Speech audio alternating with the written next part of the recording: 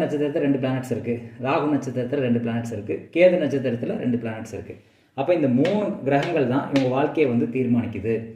அப்போ நான் ஃபஸ்ட்டு அவர்கிட்ட கொஸ்டின் கேட்டேன். என்ன கொஸ்டின் கேட்டேன் அப்படின்னா, ஃபஸ்ட்டு வந்து நீங்கள் ஷேர் மார்க்கெட்டுக்குள்ளே நீங்கள் நுழைஞ்சு ஷேர்ஸ் வந்து இன்வெஸ்ட் பண்ணணும் அப்படின்னா அங்கே வந்து புதன் ராகு சம்மந்தப்படாமல் நீங்கள் ஷேர் மார்க்கெட்டில் வந்து இன்வெஸ்ட்மெண்ட் பண்ண முடியாதுன்னு சொன்னேன். அப்போ அவர் என்ன சொன்னார், ஏற்கனவே நான் ஷேர்ஸ் வந்து போட்டு லாஸ் ஆகிருக்குது, நான் இதுக்கு முன்னாடி வந்து ஷேர் மார்க்கெட்டில் வந்து நிறைய விஷயங்கள் கண்டுபிடிச்சி இன்வெஸ்ட் பண்ணி லாஸ் பண்ணியிருக்கேன், இப்போ வந்து நான் திரும்ப போட்டு லாபம் சம்பாதிக்கலான்னு இருக்கேன், அது வந்து சக்ஸஸ் ஆகுமா அப்படின்னு சொல்லி கேட்குறாரு.